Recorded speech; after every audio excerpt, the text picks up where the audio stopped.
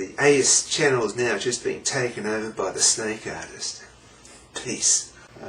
Whenever you were going out and you were preaching to people on the streets and stuff, was it your experience that most of the people were non-believers, or just that they believed in God but they didn't want to be preached at and told that they were doing the wrong thing? Bit of both. Australia doesn't take religion anywhere near as serious as they do here in Tennessee, I'd say. You'd have some might possibly say they're Christians, most wouldn't. At that time, I think it was in the 1980s, most of them had like heavy metal badges and stuff like that, and going to Satan, and you know, they're certainly, you know, were probably more atheists, and they're having fun, you know, basically ripping into all sorts of abuse. So yeah, it was hard going. I didn't really encounter any atheists, except I had one professor in college who was an atheist, and I used to feel real bad. I talked to him about Jesus and stuff, and he'd get real frustrated with me, and now I understand why. And many years later, I understand a lot of the things he was telling me. But when I didn't really go out into the street and preach at people, but I talked to people at church and who I knew were churchgoers, and like when the Jehovah's Witness came over, I always invited them in and talked to them for many days, many hours, and the Mormons. And the Mormons, yes. And I sort of had that wanting to be right factor happening too there. Yeah, it's a sort of an arrogance, isn't it? Yeah, you want to be right, you know. It's pride. Of course, it is pride, but it could also be fear of going to hell. You want to make sure you're on the right Jesus path. And, you know, it takes a lot to really extend, especially when you're doing the cross-denomination within Christianity, to try to understand the different concepts.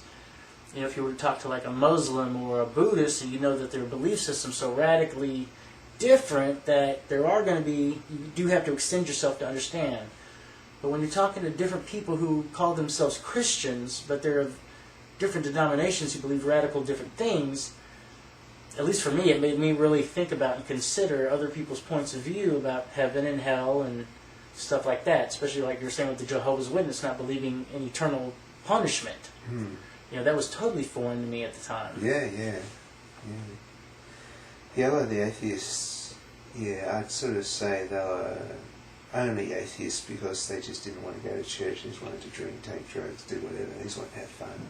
They weren't really seriously considering either way, and they just sort of saw some kooky guy going up the streets with his Jesus t-shirt, and they thought, I'll give him a hard time, you know, which is fair enough, you know, you ask for it.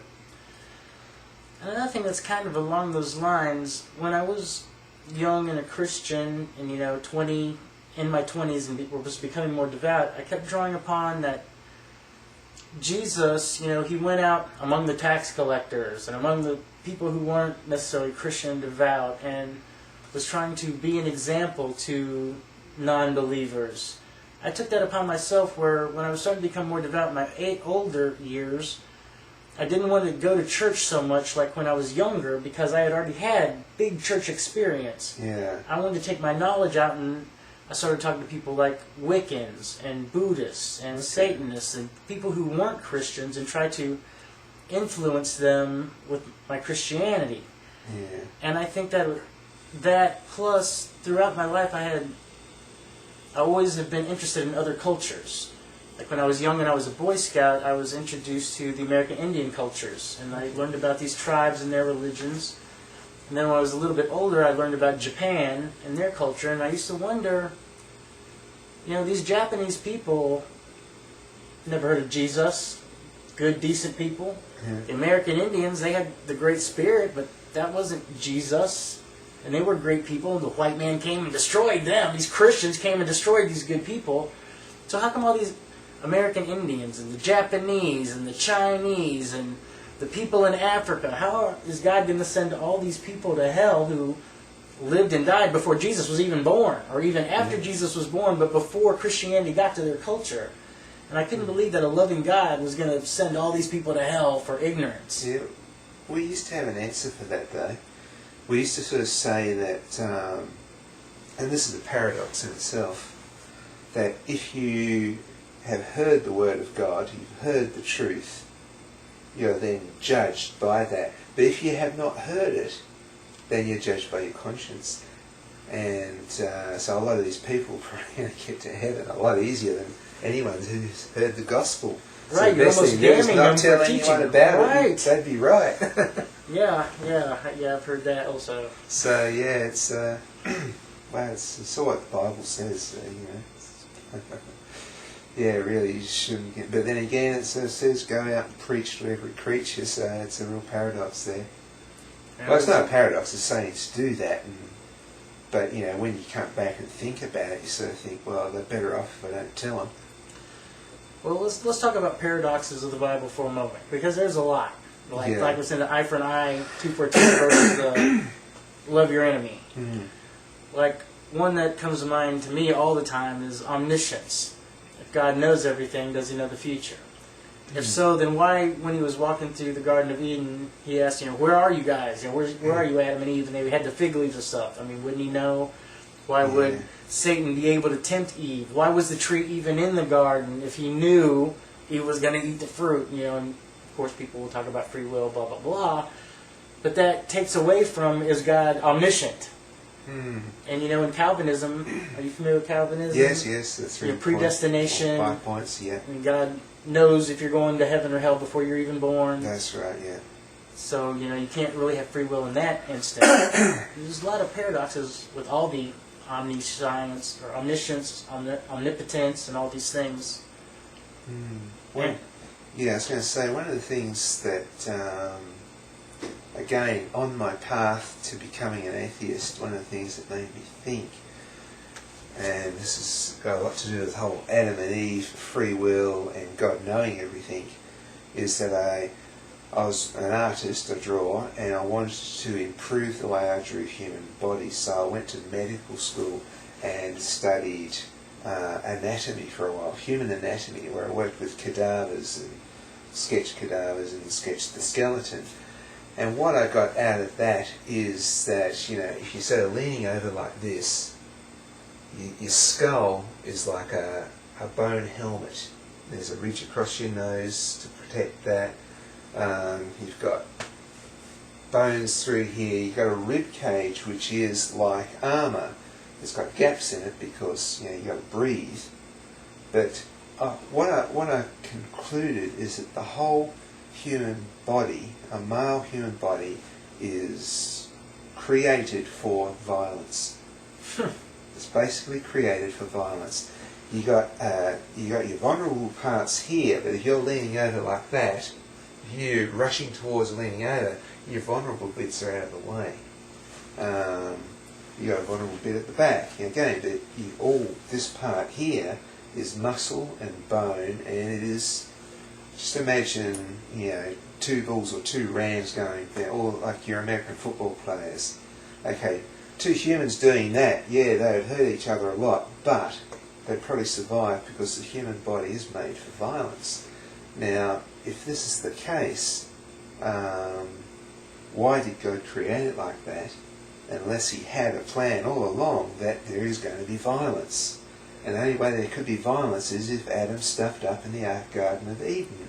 So he must have known right from the start that these guys are going to stuff up, and therefore, well, what's the whole point of giving him the choice in the first place? He knows they're going to stuff up. It's like they're being set up. I felt for a while, I thought, well, if the Adam and Eve story is true, these poor bastards being set up, and now we've all got original sin because these poor bastards were set up by God. It makes God sort of like, quite a bastard. That's very interesting. I've thought about the whole... That was another piece of the jigsaw puzzle. Yeah. Well, I've thought about the whole intelligent design versus the human body thing also. I didn't ever think of that, though. That's real good. My whole thing, and you might have heard this thing too, is why did they put the trash dump next to the amusement park? That, and just why are we so vulnerable to parasites and disease? A lot of the evil that men do, like you say, why do babies die? Well, because men have free will, whatever. But why does cancer develop? How does that go with free will? Why do different strains of viruses and things like that come into being? Why did the Black Plague happen? I mean, did God send the Black Plague to kill all these people? You know, it was evolutionary whatever, because, you know, they didn't know about germs, but the point is that there's so many different diseases that kill us at different ages. You know, you have children born with genetic defects who never had a chance. Who, through these genetic defects, it wasn't because their mom was a crackhead or had AIDS, they just had a genetic defect. Where does your free will and loving God come into that picture? And there was just so many varieties of death that were not associated with the actions of man that started to make me think, well, how could a loving God even let these things happen? Yeah, yeah. And of course the answer that Christians would give is that it's a fallen earth that we live in, and it's cursed. But as I say, I started studying nature, and the more I studied nature, the more I actually appreciated it as being a beautiful thing. And I started finding that the fallen earth theory, to me, didn't really fit. You know, and I know people complain about parasites, but I see parasites as neither good or bad. The only time we see parasites as bad is if you're overburdened by them and there's too many or something goes wrong. Like a tapeworm in your body can be a really good thing. Because say you've got a tapeworm in your body and you've got another parasite that wants to get into your body, which is, you know, trying to sneak in, that tapeworm is going to tap around, get your immune system working to repel that while it sneaks off somewhere else. Your immune system is attacking.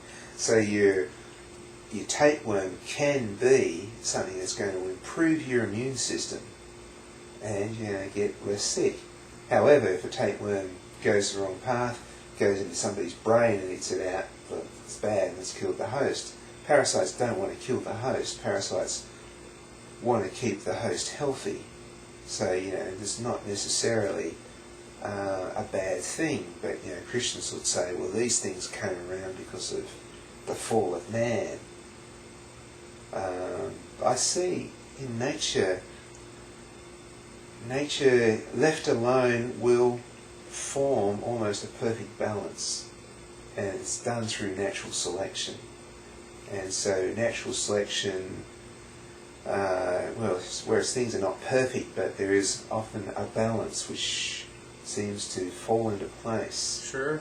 And some people say that as a creator or an intelligence, but it's almost like a law of nature. And I just found that through study, animal after animal after animal, I especially study a lot of reptiles, a lot of marsupials, amphibians, a lot of invertebrates, a lot of fish. I found that the more I studied, the more I just, you know, drifted away from creation and embraced evolution, because that seemed to be the logical, best explanation. And even with the parasites, they're just part of the food chain, just part of the systems of life. Your body is like a planet, your veins are like rivers. You know, you have a lot of organisms in your body.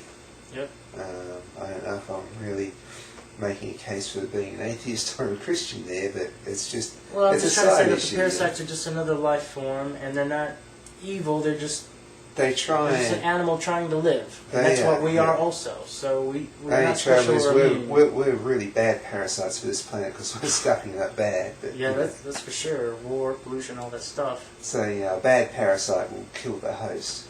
And if we're a bad parasite on this planet, we're going to kill the host, which is this planet, and then we're in trouble.